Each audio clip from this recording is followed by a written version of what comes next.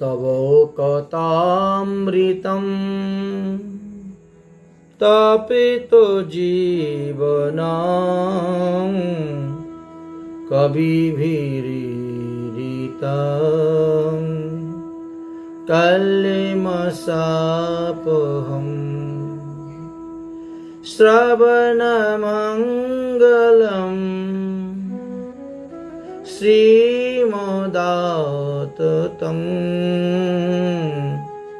भूरि गृह्णन्ति ये भूरिदा जना भूरि गृह्णन्ति ये भूरिदा जना भूरि गृह्णन्ति भूरिदा जना। श्रीमद्भागवत महापुराणेर दशम स्कंदे रास पंचोध्यायेर अंतर्गत तृतीय अध्याय 9 नम्बर श्लोके आदरणीय सुखदेव गोस्वामी पाद गोपी गीते गोपीदेर मनोबासना মনের কথা তাদের অভিপ্রায় সমস্ত ব্যক্ত করে গিয়েছেন। আজ গোপীরা কি বলছেন? তোমার কথামৃত তাপদগ্ধ জনের জীবনপ্রদ। ব্রহ্মা শিব সনকাদি আত্মারামগণ কর্তৃক সংস্তুত তুমি। পাপ তাপাদিক নাশক তুমি। তোমার নাম শ্রবণ মাত্রই সর্বদা অমঙ্গল দূরীভূত হয়ে যায় এবং মঙ্গলপ্রদ হয়।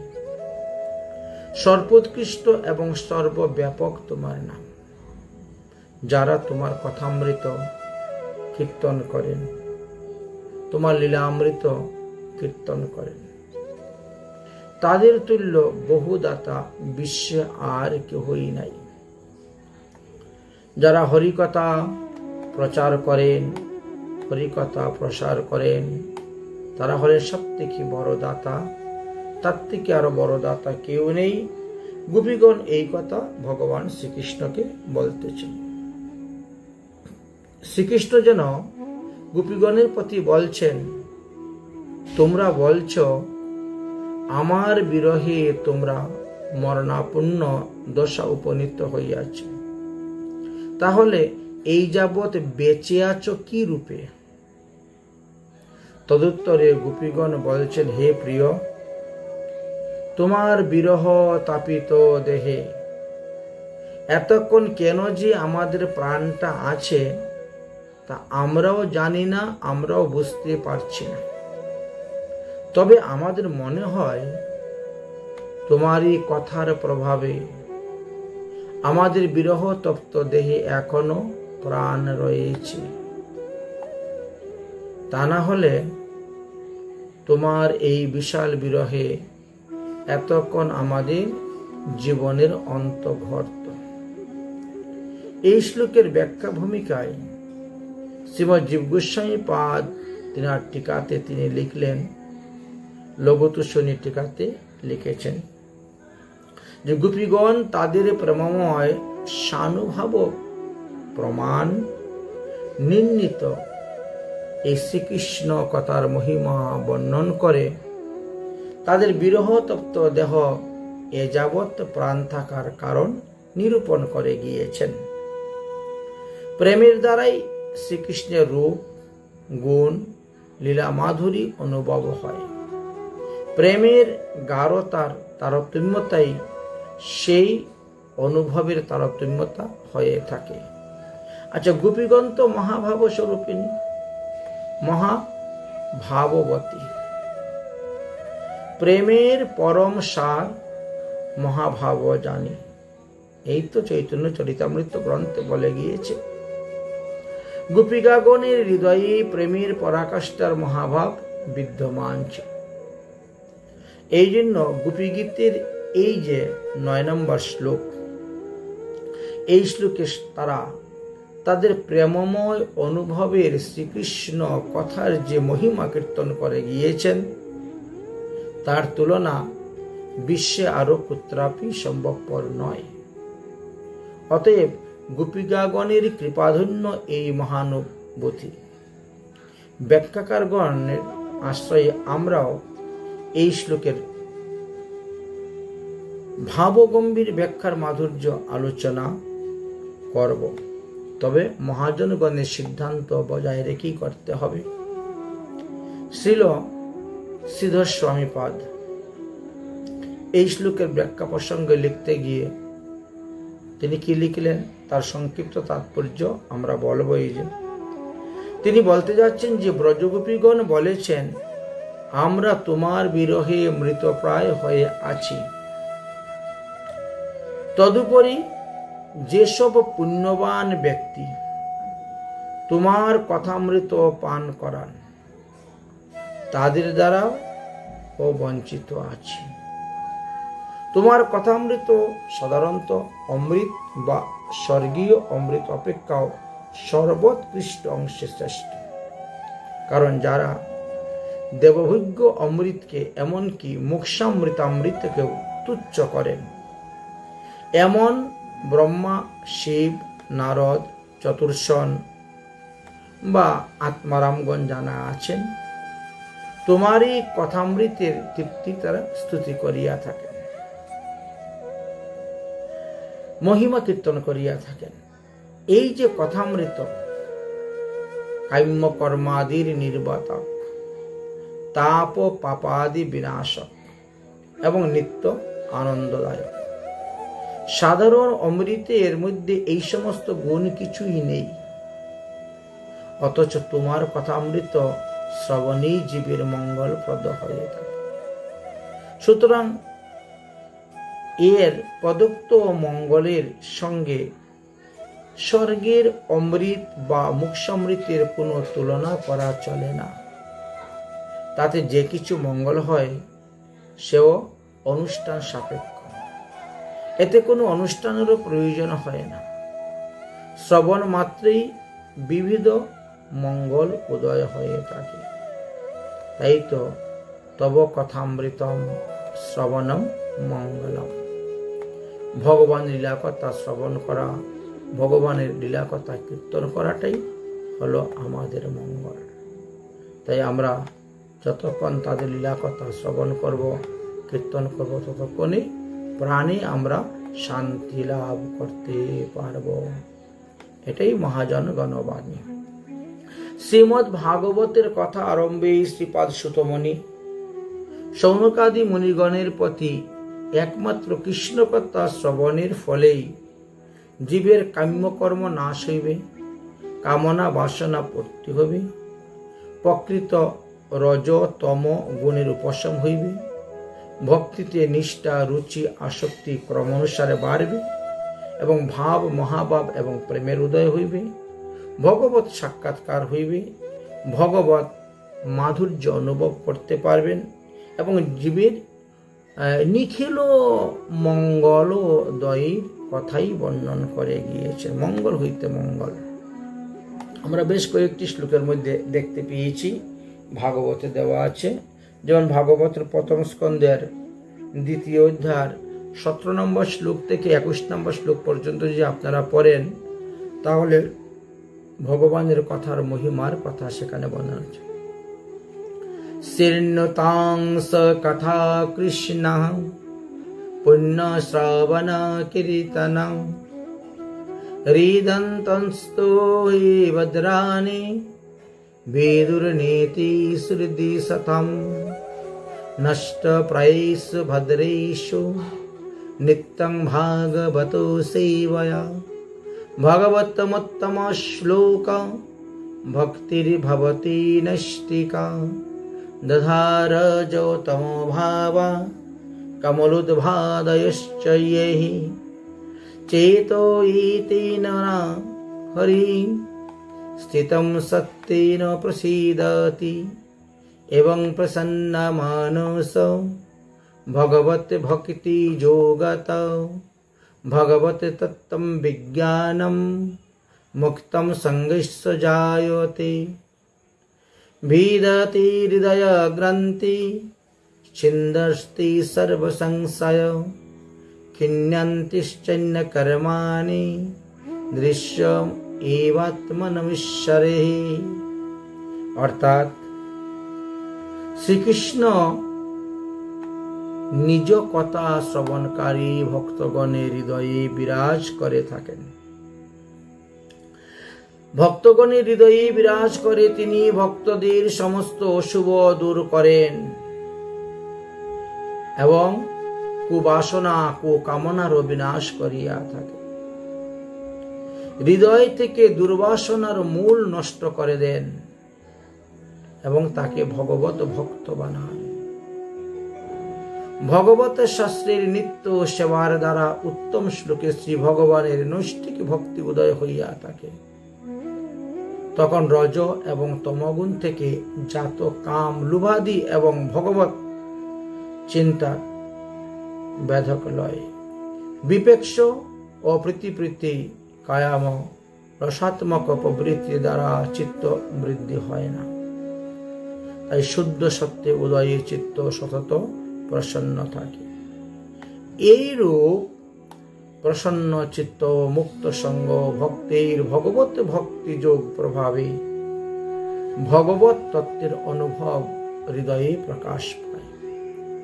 ঈশ্বরের সাক্ষাৎকার হলে দেহাদির প্রতি হৃদয়ের অহংকার গ্রন্থি সব ভেদ হয়ে যায়, সকল সংশয় নাশপ্রাপ্ত হয় এবং সকল কর্ম ক্ষয়প্রাপ্ত হয়। এইগুলো ভগবত সাক্ষাৎকারের অনুভূতির ফল। মুখ্য ফলে ভক্তের ভগবত সেবা এবং ভগবত মাধুর্য আস্বাদনের লাভ হইয়া থাকে। ব্রজদেবীগণ বলছেন, হে কৃষ্ণ, তোমার কথামৃতম শ্রীমৎ সুশান্তম তদু মাদকম। তোমার কথামৃত পরম সুশান্ত, শ্রীমান ব্যক্তিগণের পক্ষে প্রাপ্ত প্রসিদ্ধ সর্গামৃত মাদক। যাতে এই প্রকার কথামৃত সকল দিকে ব্যাপ্ত হয়, এটাই আমরা চাই। সেইরূপভাবে যারা এই কথামৃত দান করেন, যারা হরিনাম প্রচার করেন, যারা ভাগবত ধর্ম প্রচার করেন, যারা ভগবানের লীলা মাধুরী গুণমাধুরী বেণুমাধুরীর কথা প্রচার করে যাচ্ছেন, তাদের তুল্য বহুল্য দাতা এই বিশ্বে আর কেহই নাই। তারা পূর্ব এবং পরজন্মে তোমারই কথামৃত দান করিবেন। তাই এই জন্মে দিচ্ছেন এবং জন্মান্তরে দিবেন। তাই তারাই বিশ্বজগতের যথার্থ ভূরিদা। অথবা যারা তোমার কথামৃত উচ্চারণ করেন তারা অতি ধন্য, আর যারা তোমার দর্শন লাভ করেছে তারা তো আরো ভাগ্যবান। তাদের তো ভাগ্যেরই সীমা নেই। কত জন্মের পুণ্য ফলে তোমাহেন ধন মিলে, বহু জন্মের পুণ্য ফলে তারা তোমাকে প্রাপ্ত হয়েছে। কিন্তু আমরা হতভাগিনী, আমরা তোমার দর্শন থেকে বঞ্চিত হয়ে গিয়েছি। আমরা সেই সৌভাগ্যের নিমিত্ত প্রার্থনা করতেছি। অতএব হে প্রিয়তম, তুমি আমাদেরকে দর্শন দাও, আমাদেরকে দর্শন দাও। কর্তব্যায় অমৃতম অমৃতবত সত্য ফলং ফলান্তর সাধনঞ্চ তত্তরিপত্য দর্শয়ন্তি তপ্তান তদেহৈ হতা পক্ষীনাম কিমুপ্য সংসার পক্ষিণাঞ্চম জীবন্তি মৃত্যু পর্যন্ত দর্শান্তম রক্ষয়িতি তত্তে পরম। স্বর্গের অমৃত যেমন সত্যই ফল প্রদান করিয়া থাকে, অর্থাৎ দেবভোগ্য এবং পরম সুসাধ্য, এবং ফলান্তরে সাধনে যেমন আরোগ্য পুষ্টি অমরত্ব সাধন লাভ করেন। তেমনি হে কৃষ্ণ, তোমার কথামৃত সততই সেই ফল প্রদান করিয়া। ভগবান এবং ভগবানের কথার মধ্যে ভেদ নেই, ভগবানের লীলার মধ্যে ভেদ নেই। ভগবানের নাম, ভগবানের রূপ, স্বয়ং ভগবান, এই তিনেতে একই প্রকার শক্তি আছে। শ্রী চৈতন্য চরিতামৃত গ্রন্থের মধ্যলীলার 17 পরিচ্ছেদে এই বিষয়ে বিস্তারিত বর্ণন করে গেছেন কৃষ্ণদাস কবিরাজ গোস্বামী পাদ। তিনি বললেন, কৃষ্ণ নাম, কৃষ্ণ গুণ, কৃষ্ণ লীলা বৃন্দ, কৃষ্ণের স্বরূপ সম সবচিতানন্দ, ব্রহ্মানন্দ হইতে পূর্ণানন্দ লীলারস, ব্রহ্ম জ্ঞানী আকর্ষিয়া করে আত্মবশ, ব্রহ্মানন্দ হইতে পূর্ণানন্দ কৃষ্ণ গুণ, অতএব আকর্ষণে পরমা আত্মা রামের মন। শ্রী ভগবান আনন্দ স্বরূপ এবং রসস্বরূপ, এই দুটি কথাই শাস্ত্রে আমাদেরকে বর্ণন করে দিয়েছে। কথারূপে সেই আনন্দ বা সেই রসরূপতা অভিব্যক্ত হয়ে থাকে। অতএব কৃষ্ণ কথা সততই ফল এবং ফলান্তরের সাধন লাভ করা যায়। তপ্ত জীবনম শ্রীকৃষ্ণ বিরহম ক্ষিন্নম, প্রেমিকাগণকেও বাঁচিয়ে রাখতে পারে এই কৃষ্ণ কথা। বিরহের বিষম দিনে যখন প্রেমিকের প্রাণে উৎকণ্ঠা জাগে, প্রাণ কণ্ঠাগত হয়, তখন শ্রীকৃষ্ণের কথাই বিরহ তাপিত প্রাণ রক্ষার একমাত্র উপায় হয়ে দাঁড়ায়। কৃষ্ণ বিরহ কাতরা ব্রজদেবীগণকে, সখীগণকে কৃষ্ণ কথা শুনিয়ে তাদের প্রাণ রাখে। ব্রজদেবীগণের কৃষ্ণ বিরহ তাপের এতই প্রবল যে সংসার তাপ তার নিকটে অতি তুচ্ছ, কিছুই নয়। শ্রী রাধারানীর মদনাক্য ভাবের অনুভাবে ব্রহ্মাণ্ড ক্ষুব্ধকারী তার দৃষ্টান্ত শ্রীল রূপ গোস্বামী পাদ লিখে গিয়েছিলেন, উজ্জ্বল নীলমণি গ্রন্থেতে উল্লেখ করে গিয়েছিলেন। কোন এক সময় শ্রীমতী রাধারানী বললেন, সখী, শ্রীকৃষ্ণের বিরহ জ্বালা 12 বানল অপেক্ষাও অতি জ্বালাময়, মানে বনের আগুন অপেক্ষা। কি রূপে যে সহ্য করছি তা আমি নিজেও জানি না। বোধহয় এই তাপের ধুমার ছটাও যদি কোন রূপে আমার হৃদয় থেকে নিঃশ্রান্ত হয়, মানে বেরিয়ে যায়, তাহলে ওই ধুমার ছটাই সমস্ত বিশ্ব ব্রহ্মাণ্ড জ্বালিয়ে পুড়িয়ে ছারকার ভস্মীভূত করে দিবে। এত তীব্র শ্রীকৃষ্ণ বিরহ জ্বালাও রাধারানীর হৃদয়ের মধ্যে। শ্রীকৃষ্ণ কথার দ্বারাই এটা প্রশমিত করে, বিরহীনের প্রাণ রক্ষা করেন সখীগণ। তাই শ্রী রাধারানী ভাবেন যে এটা আমি কেমন করে সহ্য করতেছি এই জ্বালাটা। ঠিক তেমনি ভাবে রাধারানীর ভাবে ভাবিত হয়ে কলিযুগ পাবনবতার শ্রী শ্রী গৌরাঙ্গ মহাপ্রভু জগন্নাথ পুরী ধামে গম্ভীরা লীলায় যখন অবস্থান করছিলেন, শ্রীকৃষ্ণ বিরহে প্রাণ রাখার উপায় তিনার ছিল একমাত্র কৃষ্ণ কথা। তাই কৃষ্ণ কথা শ্রবণ করার জন্য তিনি রায় রামানন্দের নিকটে যেতেন। এই কৃষ্ণ কথাই ছিল তিনার জীবাত, এটা নিয়েই তিনি বেঁচেছিলেন।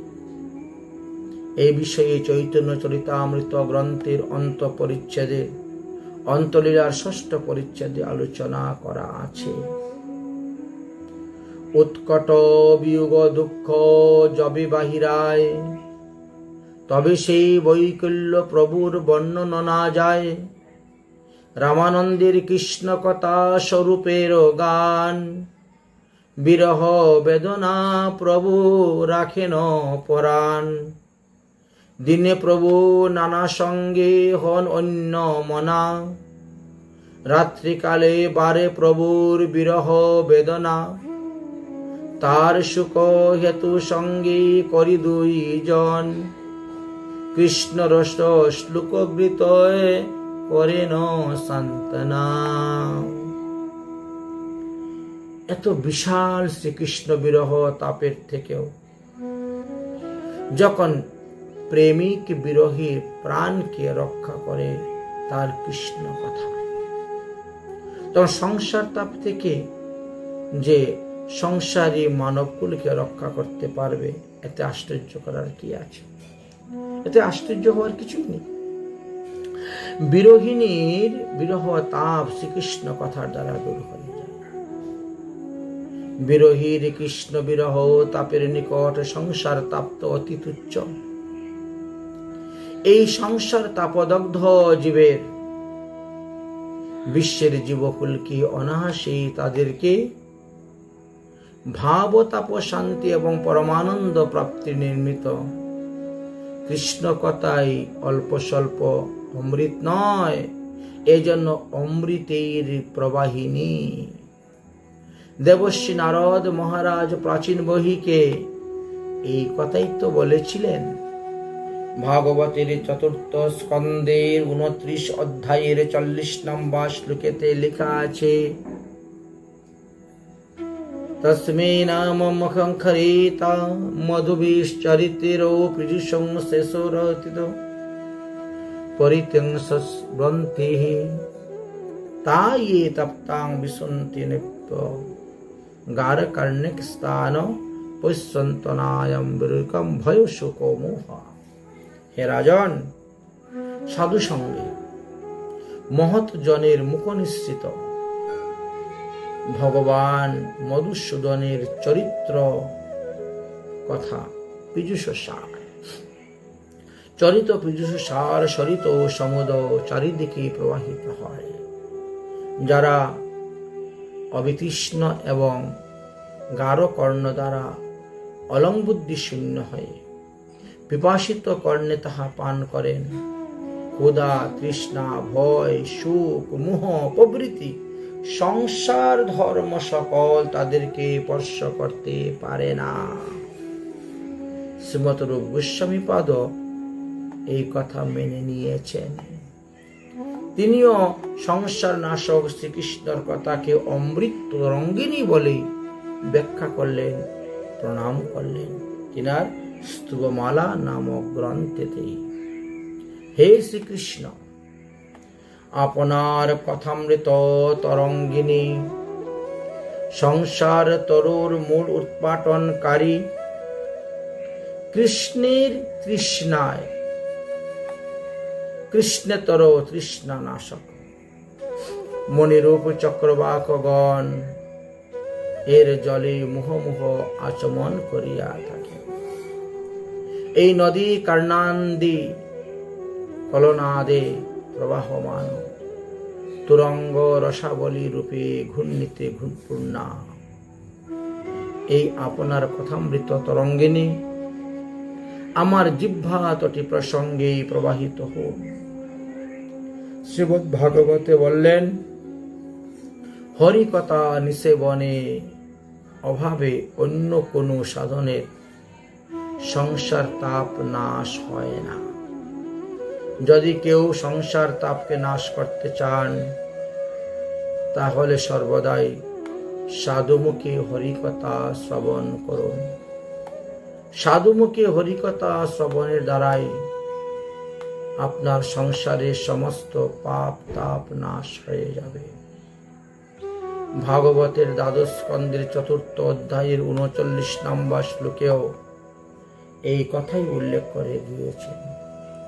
সংসার সিন্ধু মতি দুরস্তম মূর্তি তীক্ষ্ণ যোনিনাম পল্লব ভাগবত পুরুষোত্তমস্য লীলা কথা রস নিষেবনম মস্তকেন পুণ্যং ভবেৎ।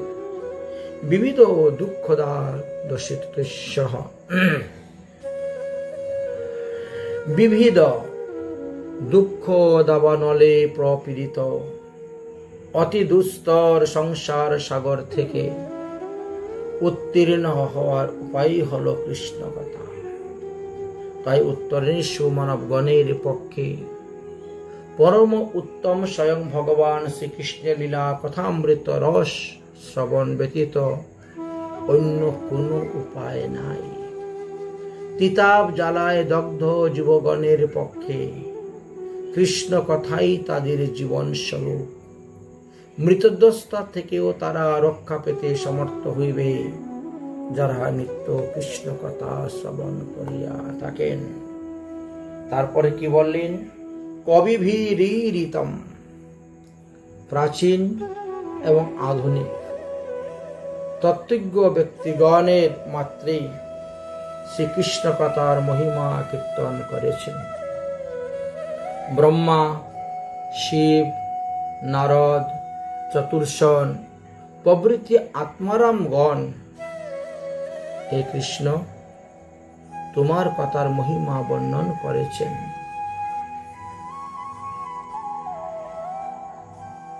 अस्मादे ब्रजवासिभिर्न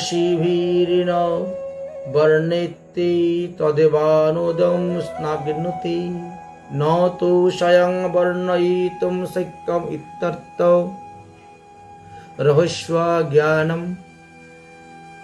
অর্থাৎ আমাদের ব্রজবাসীগণ কৃষ্ণ কথার মহিমা যা বর্ণন করেছেন তারা তাই অনুবাদ পূর্বক কৃষ্ণ কথার স্নাগা প্রকাশ করেছেন মাত্র। নিজেরা তারা কৃষ্ণ কথা বর্ণনে অসমর্থ, কেননা তারা তো কৃষ্ণ কথার রহস্য জানে না।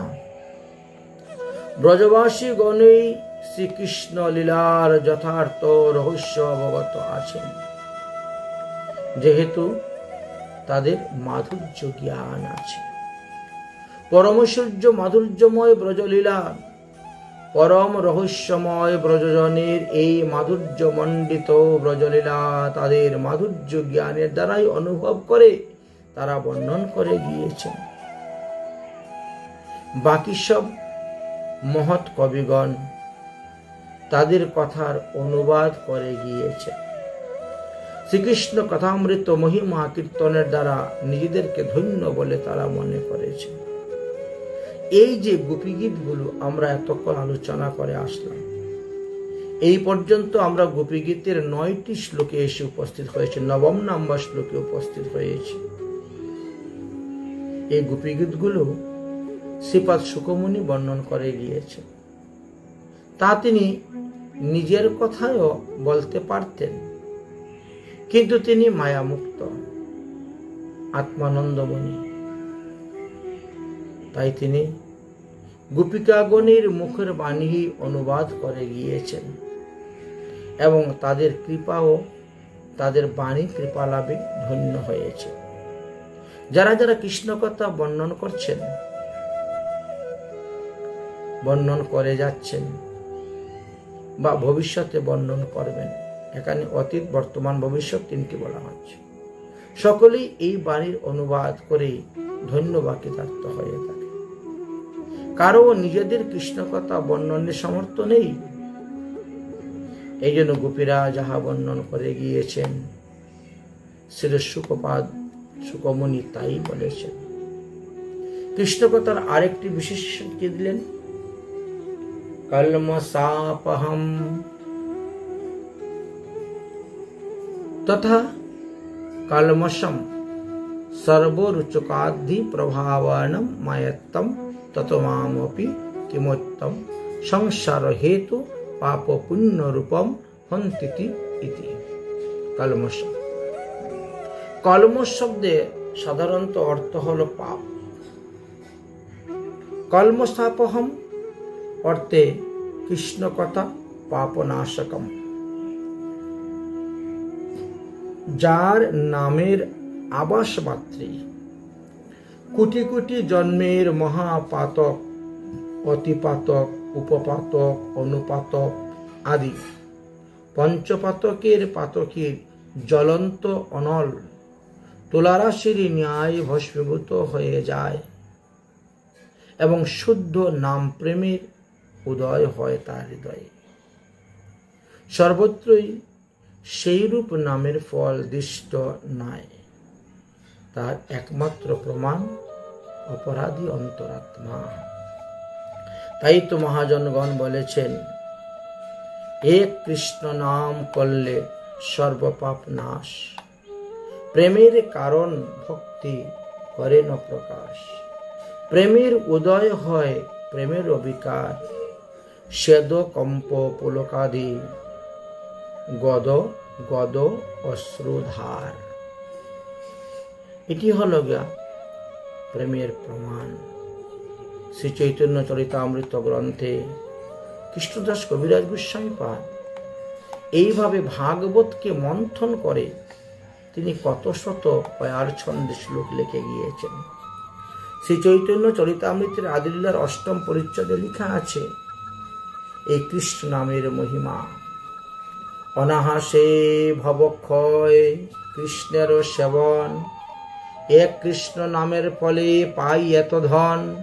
হেন কৃষ্ণ নাম যদি লও বহুবার, তবু যদি প্রেম নহে নহে অশ্রুধার।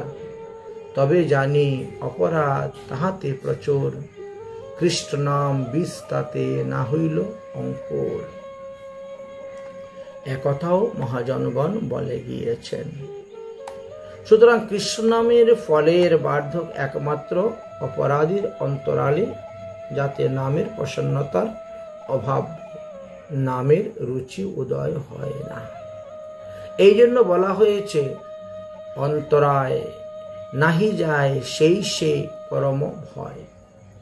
এখানে কৃষ্ণ কথা যে কলমশ সাপহম বা কলমশম শব্দের অর্থ অন্তরায় বোঝানো হয়।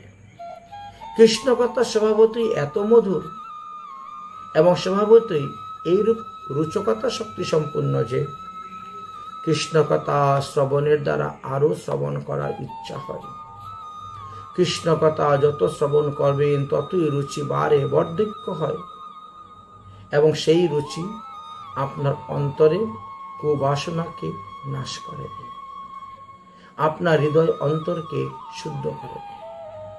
কৃষ্ণ কথার এত শক্তি যে কৃষ্ণ কথা শ্রবণের দ্বারা মানুষ কোটি কোটি জন্মের পাপ থেকে মুক্তি লাভ করে কৃষ্ণকে লাভ করতে পারে।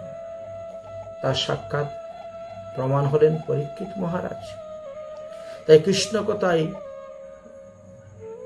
জীবের পাপকে নাশ করে, শ্রবণকারীর সমস্ত অপরাধ বিঘ্ন নাশ করে থাকে। শ্রবণকারী শ্রবণে এবং মনে স্বীয় রোচক প্রভাব বিস্তার করিয়া থাকেন। এই জন্য বলা হয়েছে সুপ্ত মনুহু ভিরামম। ভাগবতের দশম স্কন্ধের প্রথম অধ্যায়ের 4 নম্বর শ্লোকে দেওয়া আছে, কৃষ্ণ কথা কর্ণে চ মানের অভিরাম। সৌনকাদি মুনিগণের প্রতি সুতমুনিও এই কৃষ্ণ কথার মহিমা বর্ণন করেছিলেন ভাগবতের দ্বাদশ স্কন্ধের দ্বাদশ অধ্যায়ের 49 নম্বর শ্লোকেতে। তদেব রম্যম রুচিং নবম নবম তদেব সস্যম মনিস্তং মহোৎসবম তদেব সুখাকর্ণ বসু বিশেষয়ং নির্ণাং যদুত্তম শ্লোকো যৌসুহ অনুগীয়তে। কৃষ্ণ কথা অতি রম্য, অতীব রুচির বস্তু। প্রতি পদে পদেই নব নব রসের উদয় হইয়া থাকে, নব নবায়মান হয়ে থাকে। নিরন্তর মনের মহা উৎসবের এই দুঃখ সমুদ্র শুষ্ক যাতে উত্তম শ্লোক শ্রীকৃষ্ণের যশোগান বিবৃত হয়েছে। সুতরাং কৃষ্ণ কথা সর্বরুচকতার হেতু। এই সাধন পথে কোনরূপে অন্তরায় নেই। সংসারের পাপ শূন্য তো অতি তুচ্ছ, সংসারের যে পাপ সেটা তো নাশ হবে। সুতরাং পাপ পুণ্যকে অতি তুচ্ছ করে হরি ভজন করে যাও, হরিকে সন্তুষ্ট করার জন্য। তাই হরি কথা একটা বিশেষণ দিলেন কি, শ্রবণম মঙ্গলম। শ্রবণে নৈবহ মঙ্গলম তৎ সর্বার্থ সাধকম কিমুত্ত অর্থ বিচারয়েন। বৈষ্ণব সুনীতি বললেন, কৃষ্ণকথা শ্রবণ মাত্রই জীবের মঙ্গল, কৃষ্ণকথা শ্রবণেন্দ্রিয় স্পর্শ মাত্রই জীবের মঙ্গল, সর্বার্থ সাধক সর্বাত্র সিদ্ধি লাভ করে। তার অর্থ বিচারের অপেক্ষা নেই। অর্থবোধ হোক আর না হোক, আপনি বুঝতে পারেন না না বুঝতে পারেন, আপনার কর্ণতে কৃষ্ণ কথা প্রবেশ করলেই আপনার লাভ হয়ে যাবে। অর্থবোধ হলে যে সর্বার্থ সাধক হবে, এতে আর সন্দেহের কি আছে। শ্রীকৃষ্ণ কথা শ্রবণের এত শক্তি যে কৃষ্ণ কথা শ্রবণেন্দ্রিয় স্পর্শ মাত্রেই সর্বত্র সাধিত হইয়া থাকে। এই জন্য কৃষ্ণ কথা বর্ণনময়। শ্রীমদ্ ভাগবতের প্রথমেই বলা হয়েছে, সদ্ধ ঋদ্ধ রুবদ্ধ তত্র কৃতিভি শুশ্রূষিস্তু কনহা। ভাগবতের প্রথম স্কন্ধের প্রথম অধ্যায়ের 2 নম্বর শ্লোকেও আলোচনা করা আছে। শ্রীকৃষ্ণ কথা শ্রবণ দূরে থাক, শ্রবণের ইচ্ছা মাত্র যাদের হৃদয়ে উৎপন্ন হয়, শ্রবণ করার ইচ্ছা উৎপন্ন হইলে শ্রীকৃষ্ণ তৎক্ষণাৎ সেই শ্রবণ ইচ্ছাকারী হৃদয়কে অবরোধ করে বসে থাকেন। এই শ্লোকের টিকা জীব গোস্বামী পাঠ করতে গিয়ে লিখলেন, ঈশ্বরা আকর্ষিত বিদ্যাম রূপ তচ্চ। কৃষ্ণ কথা ঈশ্বরাকর্ষী মহাবিদ্যা স্বরূপ। তা না হলে শ্রবণের ইচ্ছা মাত্রই শ্রীকৃষ্ণ ওই ব্যক্তির হৃদয়কে অবরোধ করে রাখবেন কেন? শ্রী বিশ্বনাথ চক্রবর্তী পাদ তখন বললেন, তৎক্ষণাৎ এব শুশ্রূষিভৃ রীতিহি তৎক্ষণাৎ আরম্ভ তেষাং শ্রবণে ইচ্ছা তো ভবেৎ ইতি। শ্রদ্ধা তো পূর্বম এব শ্রবণং প্রেমা ভবেৎ। যাদের হৃদয়ের মধ্যে একবার মাত্র উদয় হয়েছে যে আমি একটু কৃষ্ণ কথা শ্রবণ করতে যাব, কৃষ্ণ কথা তিনি শ্রবণ করতে যাবেন, এরকম একটা ভাব তিনার হৃদয়ে উৎপন্ন হয়, বলে সেই মুহূর্তে ঈশ্বর তার হৃদয়কে অবরুদ্ধ করে রাখেন। তাদের সর্বদাই কৃষ্ণ কথা শ্রবণের ইচ্ছা জন্মিয়া থাকে। কেন ভগবান অবরুদ্ধ করে রাখেন? ভগবান মনে করেন এই ব্যক্তি আমাকে ভালোবাসে, তাই তো সে আমার কথা শোনার জন্য যাচ্ছে। অর্থাৎ শ্রদ্ধাপূর্বক শ্রীকৃষ্ণ কথা শ্রবণে প্রেমের উদয় হয়, এটা জানতে হবে। এই নিমিত্ত ঈশ্বর তার হৃদয়কে অবরুদ্ধ করেন। প্রেম ব্যতীত হৃদয়ে শ্রীহরি অবরুদ্ধ সম্ভবপর নয়।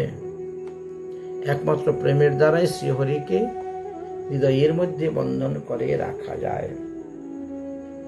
যেবা নাহি বুঝে কেহ শুনিতে শুনিতে সেহ কি অদ্ভুত চৈতন্য চরিত। কৃষ্ণে উপজীবে প্রীতি জানিবে রসের রীতি শুনিলেই হয় বড় হিত। তাই বুঝেন আর না বুঝেন, যেখানে কৃষ্ণ কথা হবে সেখানেই যাবেন, সেখানেই বসবেন, সেখানেই শ্রবণ করবেন। তারপরে কি বলেন, শ্রীমদাততং শ্রীমৎ। অতএব শ্রীমৎ সর্বত্র উৎকৃষ্ট যুক্ত। শ্রীকৃষ্ণের কথামৃতই সকল প্রকার সাধন, সকল প্রকার সিদ্ধি অপেক্ষাও উৎকৃষ্ট যুক্ত। কথা রুচয়ে সর্বত্র বৈদ্যতাম শ্রেষ্ঠতাশ্চ। কৃষ্ণ কথায় রুচি সর্বত্র, ভজনের আদি এবং ভজনের শ্রেষ্ঠ বলা হয়েছে। বিনা পুণ্য সতৈবনম কার্য সিদ্ধিং বিতলয়ম। অন্য কোনো ভজন না করেও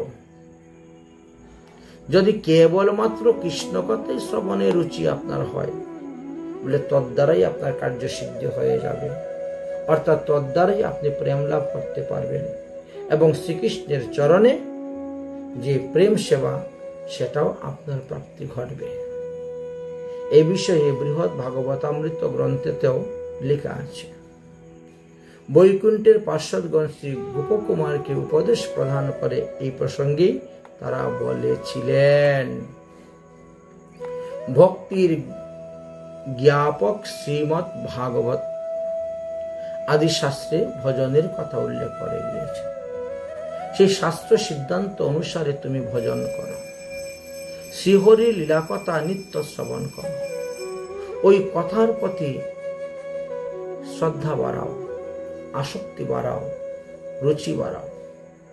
কথা প্রীতির সহিত শ্রবণকারীর কর্ণবিবরে প্রবেশ করে সর্বদাই শ্রী ভগবত প্রাপ্তি ঘটায়। শ্রীপাদ শুকমুনি এই কথা বলে গিয়েছেন মহারাজ পরীক্ষিতকে।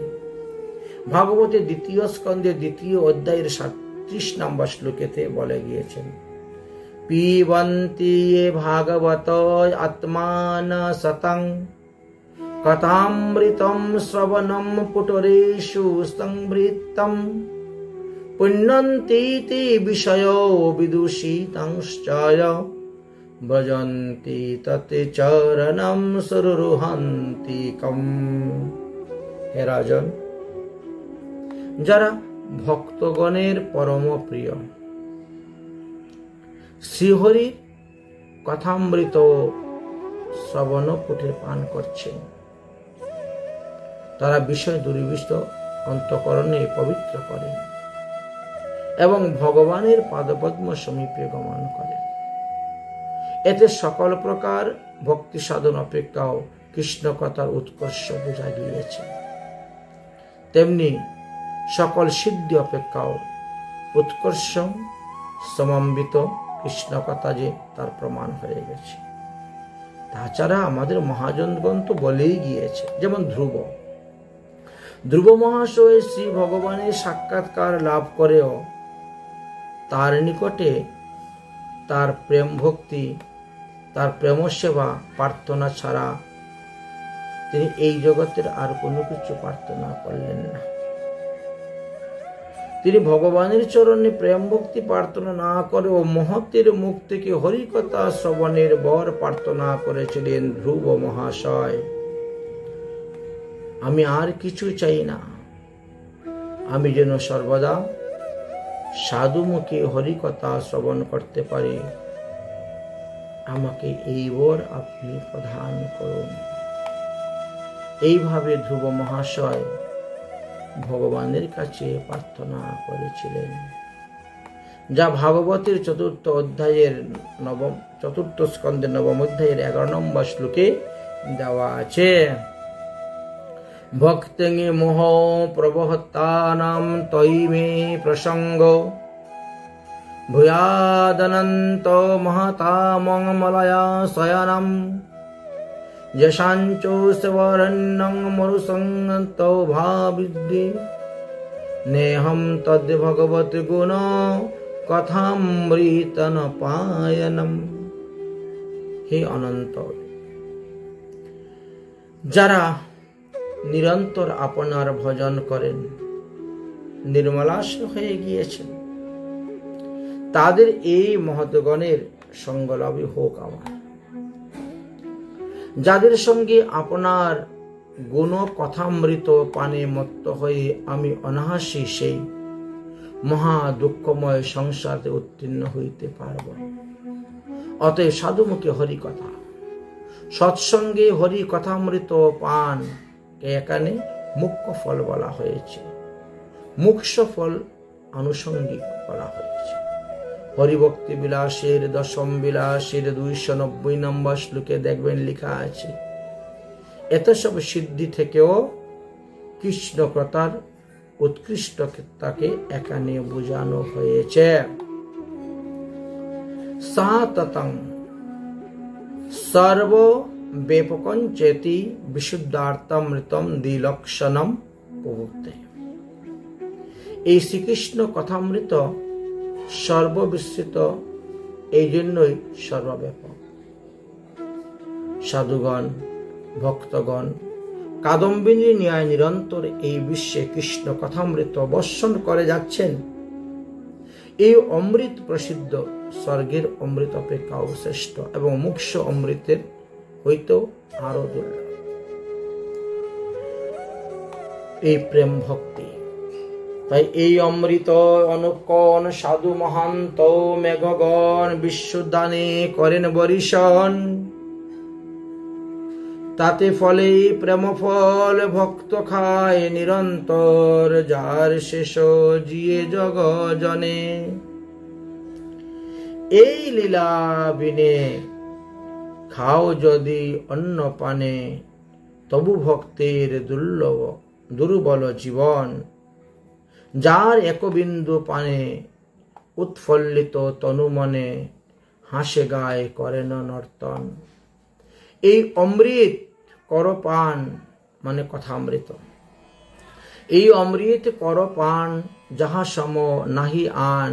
চিত্তে কর সুধীর বিশ্বাস, না পর কুতর্ক গর্তে।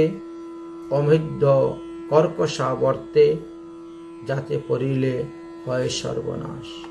তাই মহাজনগণ যাহা বর্ণন করে গিয়েছেন, তা অনাহাসে মাথা পেতে স্বীকার করে নাও, গ্রহণ করে তুমি ভজন করতে থাকো।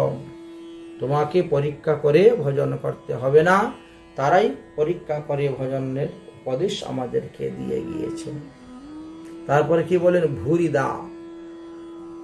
গোপীগণ বললেন যে কৃষ্ণ কথামৃতম বিশ্বে যারা কথন রূপে দান করে যাচ্ছেন, তারা হলেন এই জগতের ভুরিদা। সকলের থেকে সর্বত্র প্রদাতা, তার মতন দাতা এই বিশ্বে আর কেউ নেই। বিশেষত এই গোকুলে যারা কৃষ্ণ কথা বর্ণন করেন, তাদের মতন আর ভুরিদা কেহই নেই। সর্বোপরি শ্রীকৃষ্ণ বিরহ তপ্তা আমাদের নিকট যারা কৃষ্ণ কথা বর্ণন করেন, সেই আমাদের সখীগণ আমাদের জীবন দান করতেছেন। তাদের দানের সীমা এই জগতে নাই। তাদের দানের মহিমার কথা বর্ণন করে শেষ করা যাবে না। তারা হলেন সবথেকে বড় দাতা। তারা আমাদেরকে কৃষ্ণ কথা শুনিয়ে জীবিত রেখেছেন। আচ্ছা, এই শ্লোকের উপরেই আমরা আলোচনা করতে গেলে, গম্ভীরা মঠে যখন মহাপ্রভু ছিলেন জগন্নাথপুরীতে, তখন তো তিনি রাধা ভাবে ভাবিত হয়ে থাকতেন। রাধা ভাবাবিষ্ট শ্রীমৎ মহাপ্রভু পরিধামে এই গোপীগীতি শ্রবণে আনন্দ আবশে মহারাজ প্রতাপরুদ্রকে আলিঙ্গন দানের চলে আত্মদান করেছিলেন। এই কথাও লেখা আছে শ্রী চৈতন্য চরিতামৃত গ্রন্থে। মহাপ্রভুর প্রথম প্রতিজ্ঞা কি ছিল? মহাপ্রভুর প্রতিজ্ঞা ছিল যে আমি রাজ দর্শন করব না, রাজার মুখ দর্শন করব না। এই জন্য কত লোক অনুরোধ করা সত্ত্বেও তিনি রাজা প্রতাপরুদ্রকে দর্শন দেন নাই। এবং রাজাও প্রতিজ্ঞা করেছিলেন যে প্রভুর কৃপা লাভ না করলে আমি রথের চাকার নিচেই প্রাণ ত্যাগ করে দিব। প্রতাপরুদ্রের উক্তি চৈতন্য চরিতামৃতের মধ্যলীলার 11 পরিচ্ছেদে তা আছে। তার প্রতিজ্ঞা না করিব রাজদর্শন, তার প্রতিজ্ঞা বলতে মহাপ্রভুর প্রতিজ্ঞা ছিল আমি রাজ দর্শন করিব। তার প্রতিজ্ঞা না করিব রাজদর্শন, মু প্রতিজ্ঞা তাহা বিনা ছাড়িব জীবন। আর প্রতাপরুদ্রের প্রতিজ্ঞা হলো মহাপ্রভু যদি আমাকে কৃপা না করেন, দর্শন না দেন, আলিঙ্গন না দেন, আমাকে আত্মসাৎ না করেন, তাহলে আমিও প্রাণ ত্যাগ করিব। যদি সেই মহাপ্রভু না পাই কৃষ্ণ ধন, কিবা রাজ্য কিবা দেহ সব অকারণ। মহাপ্রভুর মতন এমন ধন যদি আমি লাভ করতে না পাই, এটা কৃপা ধন, তাহলে এই রাজ্য দিয়ে আমি কি করব? আর এই দেহ দিয়ে আমার কি করব, অতএব এই দেহ বিসর্জন করে। পরিশেষে কি হলো, সার্বভৌম ভট্টাচার্য পরামর্শ দিলেন যে রথযাত্রার দিন তুমি তোমার রাজবেশ পরিত্যাগ করো, আর দাদুর সঙ্গে তিলক করো, গলায় তুলসীর মালা দাও, একটা ধুতি পরো, আর কাঁধে একটা উত্তরী নিবে, আর গোপী গীতের 19টা শ্লোক তুমি মুখস্থ করো, কণ্ঠস্থ করে রাখবে। কনক মঞ্জরি ছন্দে লয় তাল মান বজায় রেখে এটাকে শেখো। যখন এই রথযাত্রার দিনে রথ চলবে এবং বলগণ্ডি স্থানেতে গিয়ে উপস্থিত হবে, শ্রী জগন্নাথ দেবের ভোগ নিবেদন হইবে। সেই সময়ে দেখবে রথাগ্রেতে মহাপ্রভু নৃত্য করতেছেন। নৃত্য করতে করতে ক্লান্ত হয়ে মহাপ্রভু যখন ভাবাবেশে পুষ্প উদ্যানে বিশ্রাম করতে যাবেন, তখন হে মহারাজ প্রতাপরুদ্র, তুমি এই গোপী গীত মহাপ্রভুকে শোনাইবে। এতেই দেখবে তুমি মহাপ্রভুর কৃপা লাভ করতে পারবে। সার্বভৌম ভট্টাচার্য এইভাবে বুদ্ধি দিয়েছিলেন, আর সেই বুদ্ধিতে কাজ হয়েছিল। এই মতো প্রভু আছেন প্রেমের আবেশে, হেনকালে প্রতাপরুদ্র করিলা প্রবেশে, সার্বভৌম উপদেশে ছাড়ি রাজবেশ, একেলা বৈষ্ণব বেশে আইলা সেই দেশ। সর্বভক্তের আজ্ঞা লইয়া জুরহস্ত হইয়া, প্রভুপাদ ধরি পরে সাহস করিয়া। আকিমুদি প্রভু প্রেমে ভূমিতে শয়ন, নৈপতি নৈপুণ্য করে পাদ সম্ভাষণ। রাসলীলার শ্লোক পরি করেন স্তম্ভন, জয়তি তেদিকাং অধ্যায়ন করেন পঠন। শুনিতে শুনিতে প্রভু সন্তুষ্ট অপার, বল বল বলি উচ্চ বলে বারবার। তব কথামৃতম শ্লোক রাজা যবে পড়িল, উঠিয়া মহাপ্রভু প্রেমাবেশে তারে আলিঙ্গন দিল। তুমি মোরে বহু দিলে অমূল্য রতন, মোর কিছু দিতে নাই তাই দিন আলিঙ্গন। এত বলি সেই শ্লোক পরে বারবার, দুইজনার অঙ্গে কম্প নেত্র জলধার। ভুরিদা ভুরিদা বলি প্রভু করে আলিঙ্গন, ইহা নাহি জানে তিহু হয় কোন জন। মহাপ্রভু নিজেও বুঝতে পারলেন না আমি কাকে ধরে আলিঙ্গন করতেছি, সেই ব্যক্তি কে। এই তো সেই কৃষ্ণ কথা রসের মহিমার কথা বর্ণন করলেন। প্রভু কহিন, কে তুমি করিলে মোর হিত, আচম্বিতে আসি পিয়াও কৃষ্ণ লীলামৃত। রাজা কহে, আমি তোমার দাসের অনুদাস, ভৃত্যের ভৃত্য কর মোরে এই মোর আশ। মহারাজ প্রতাপরুদ্র বললেন, আমি তোমার দাসানুদাসের দাস, তোমার চরণ তলে আমাকে স্থান। এই শ্লোকে গোপিকাগণের পরম আর্তিমহী উক্তির অন্য রূপ ব্যাখ্যাও তুষণী টিকাতে পাওয়া যায়।